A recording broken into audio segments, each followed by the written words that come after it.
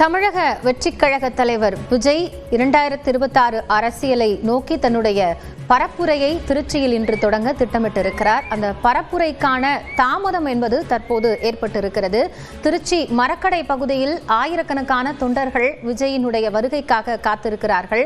விமான நிலையத்திலிருந்து முன்கூட்டியே வெளியே வந்த விஜய் அவருடைய பரப்புரை வாகனத்தில் ஏறினார். அதைத் தொடர்ந்து 5 கிலோமீட்டர் தூரத்திற்கு 3 மணி நேரமாக அவருடைய பரப்புரை வாகனம் என்பது தொண்டர்கள் வெள்ளத்தின் மத்தியில் தற்போது மிதந்து வருகிறது. இன்னும் 1 மணி நேரம் தாமதமாகலாம் என்று எதிர்பார்க்கப்படுகிறது. இந்த பரப்புரை முடித்துக்கொண்டு அவர் அரியலூர் மற்றும் பெரம்பலூர் பகுதிகளில் பரப்புரை மேற்கொள்ள திட்டமிடப்பட்டிருந்த நிலையில் மாலை 5 மணி வரை மட்டுமே தாவேக சார்பில் இருந்து பரப்புரை மேற்கொள்வதற்கான அனுமதி வழங்கப்பட்டிருந்தது. தற்போது ஒட்டுமொத்த பரப்புரை பயண திட்டம் என்பதும் தற்போது தாமதமாகக்கூடிய ஒரு சூழல் ஏற்பட்டிருக்கிறது. இந்த நிலையில் மரக்கடை பகுதியிலிருந்து செய்தியாளர் குருநாதன் தற்போதைய கள நிலவரங்களோடு இணைந்திருக்கிறார். அவரிடம் பேசலாம். குருநாதன், காலை கிட்டத்தட்ட அதிகாலையிலிருந்தே அங்கு வந்து விஜய் வருகைக்காக தொண்டர்கள் காத்துக் கொண்டிருந்தார்கள். கூட்டம் அதிகரித்திருந்தது. ஆனால் வரவேண்டிய நேரத்திற்கு விஜயனுடைய பரப்புரை வாகனம் வர முடியாத அளவிற்கு தற்போது பொதுமக்கள் வெள்ளத்தில் அவருடைய வாகனம் மிதந்து வருகிறது. என்ன சூழல் இருக்கிறது மரக்கடை பகுதியில்? தொண்டர்கள் மத்தியில் என்ன கருத்து இருக்கு?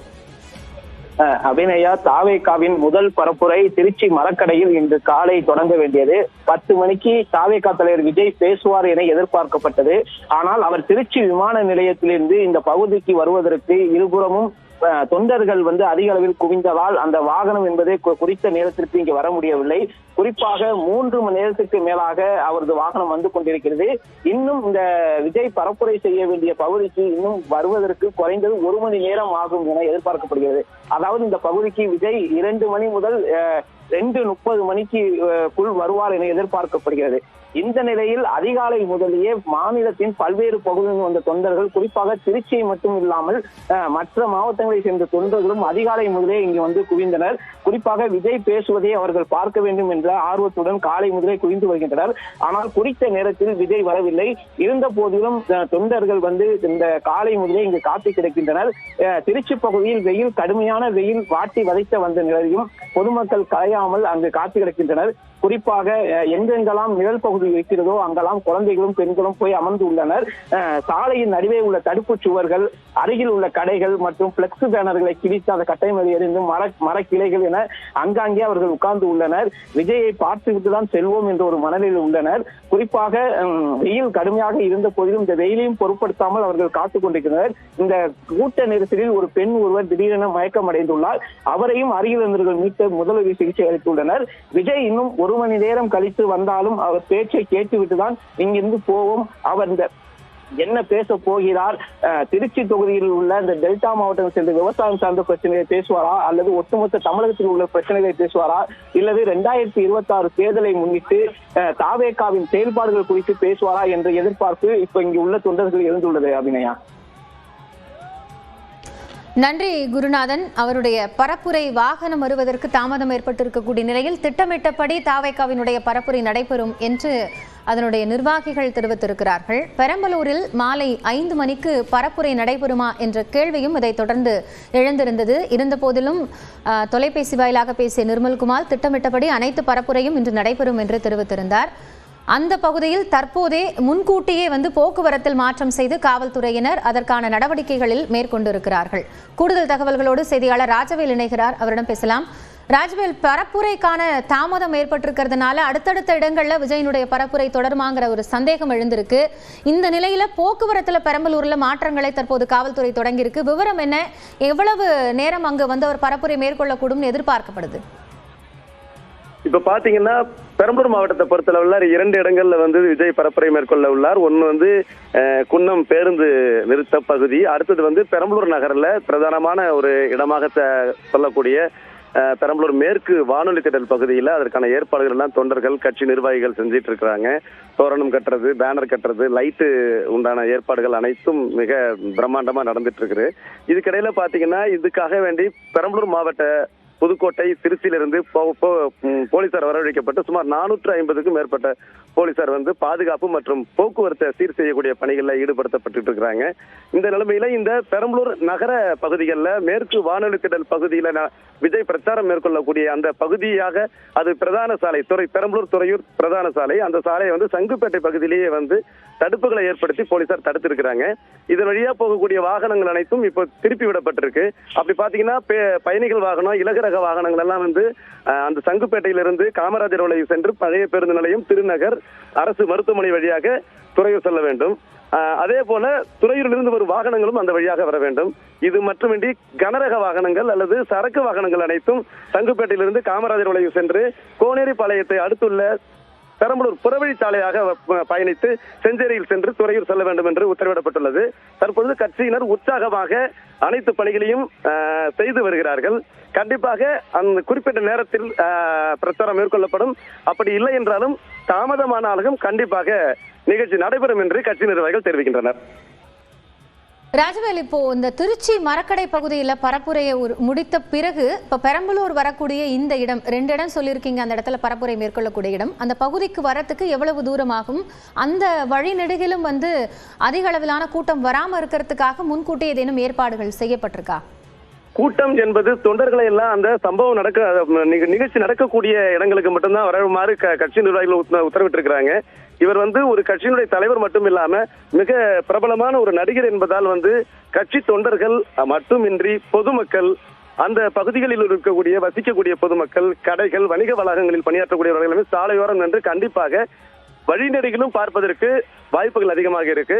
திருச்சியில் இருந்து அவர் அரியலூர் செல்வதற்கு சுமார் 70 கிலோமீட்டர் தூரம் ஆகும் செல்ல வேண்டும்.